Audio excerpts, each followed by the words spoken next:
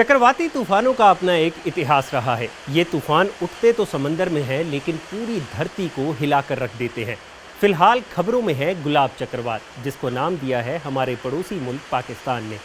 खैर, इसे लेकर आपने कई खबरें देखी होंगी, लेकिन क्या आपको कभी ये कन्फ्यूजन नहीं हुई कि कोई तूफान साइक्लोन कहलाता है तो कोई हरिकेन, तो कोई टाइफून कहलाता है? ऐसा क्यों होता है? और कभी आपने ये जानने की कोशिश की कि इन चक्रवाती तूफानों को कौन कौन सी कैटेगरी में रखा जाता है? खैर, ये तो पता ही होगा कि यह चक्रवाती तूफान आखिर कैसे बनता है। चलिए ये भी छोड़ दीजिए, पिछली एक सदी में सबसे जानलेवा चक्रवात के बारे में तो आपको पता ही होगा।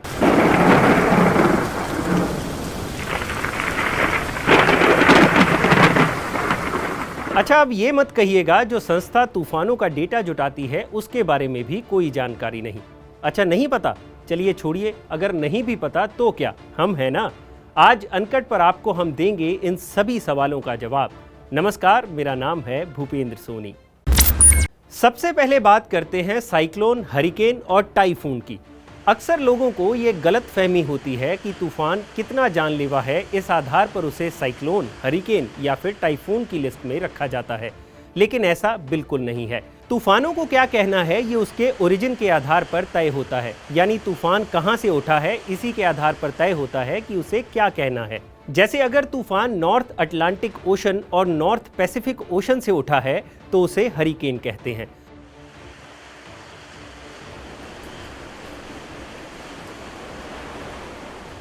साउथ पैसिफिक ओशन और इंडियन ओशन में पैदा हुए तूफान को साइक्लोन कहा जाता है।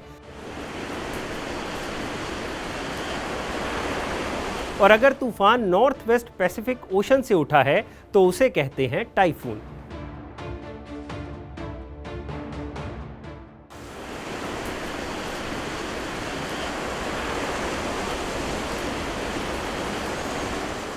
अब बात करते हैं चक्रवाती तूफान की कैटेगरी की।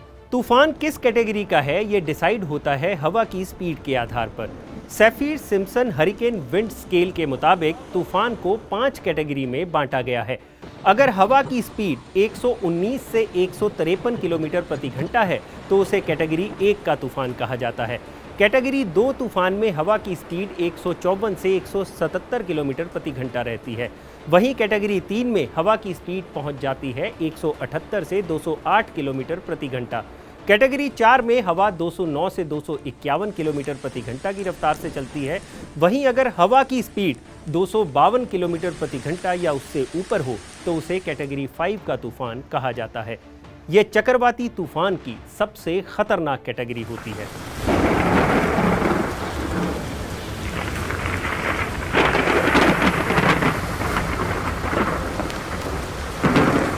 अब लगे हाथ ये भी जान लीजिए कि तूफानों को नाम कैसे दिया जाता है।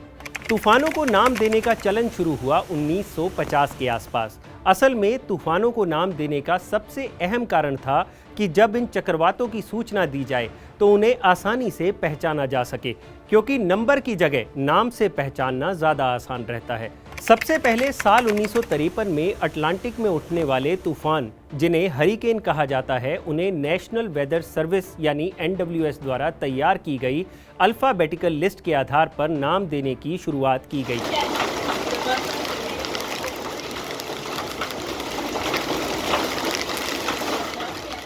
और इस लिस्ट को अब वर्ल्ड मेट्रोलॉजिकल ऑर्गेनाइजेशन यानी WMO द्वारा मेंटेन किया जाता है।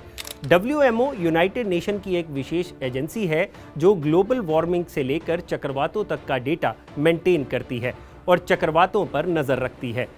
आपको जानकर हैरानी होगी कि शुरुआत में हरिकेन का नाम सिर्फ औरतों के नाम पर ही रखा जाता था, लेकिन साल 1979 से मर्दों के नाम को भी इस लिस्ट में शामिल किया गया। और अगर कोई तूफान बहुत खतरनाक साबित होता है तो उसे जो नाम दिया गया हो उस नाम को दोबारा इस्तेमाल नहीं किया जाता। जैसे 2005 में US में आया कैटरीना तूफान। अब आपको कैटरीना तूफान नाम का कोई और तूफान सुनने को नहीं मिलेगा, क्योंकि वो उतना ही ज़्यादा खतरनाक था।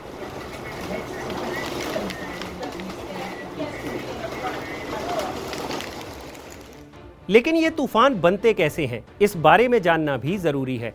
थोड़ा सा थ्योरेटिकल है, मुश्किल है, लेकिन समझाने की कोशिश करते हैं और आप भी समझिएगा। समंदर के जिस एरिया में गर्मी होती है वहां हवा गर्म होकर एक कम प्रेशर वाला एरिया बनाती है। अब गर्म हवा हल्की होती है तो ऊपर की तरफ उठती है और नमी से मिलकर बादल बनाती है। अब इस लो प्रेशर एरिया में बनी खाली जगह में नमी से भरी हवा तेजी से नीचे जाकर फिर ऊपर की ओर उठती है और जब हवा बड़ी तेजी से उस एरिया में चारों तरफ घूमती है तो घने बादलों और बिजली के साथ मूसलाधार बारिश शुरू हो जाती है और यही लो प्रेशर एरिया धीरे धीरे चक्रवाती तूफान का रूप धारण कर लेता है। अब बात करते हैं सदी के उस सबसे भीषण तूफान की जिसने पूरी धरती को हिलाकर रख दिया था। 1970 में आए इस तूफान से सबसे ज्यादा प्रभावित हुआ बांग्लादेश, जो उस वक्त पूर्वी पाकिस्तान कहलाता था। 11 नवंबर 1970 को US national oceanic and atmospheric administration यानी NOAA को सैटेलाइट इमेजेस से पता चला कि एक भयंकर कैटेगरी 4 तूफान जिसकी हवाओं की स्पीड 220 किलोमीटर प्रति घंटा की रफ्तार से बह रही है, वो बांग्लादेश की तरफ बढ़ रहा है। मौसम वैज्ञानिकों को समझ आ चुका था कि ये तूफान काल का रूप धारण कर चुका है, लेकिन 1970 में उनके पास कोई साधन नहीं था जिसके जरिए वे लोगों को इस तूफान को लेकर समय रहते आगाह कर पाते, जिसका नतीजा ये हुआ कि इस तूफान ने सदी की सबसे भयंकर तबाही मचाई। पूर्वी पाकिस्तान के कोस्टल एरिया में हर तरफ लाशें ही लाशें तैर रही थीं। एक अनुमान के मुताबिक इस तूफान में 3 से 5 लाख लोगों ने अपनी जान गंवाई। इस तूफान को नाम दिया गया द ग्रेट भूला साइक्लोन। इस साइक्लोन से सबक लेकर WMO's ट्रॉपिकल साइक्लोन प्रोग्राम की शुरुआत की गई ताकि आगे चलकर और लोग जानकारी के अभाव में अपनी जान ना गंवाएं।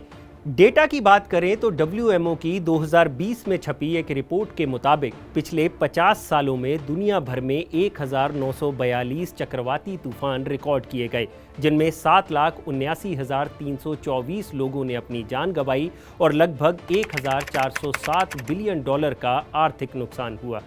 तो ये है चक्रवातों से जुड़ा पूरा गणित। अगर आपको ये वीडियो पसंद आया हो तो इसे लाइक और शेयर ज़रूर करिएगा और जानकारी से भरे ऐसे ही और वीडियोस देखने के लिए आप सब्सक्राइब करें हमारा चैनल अनकट।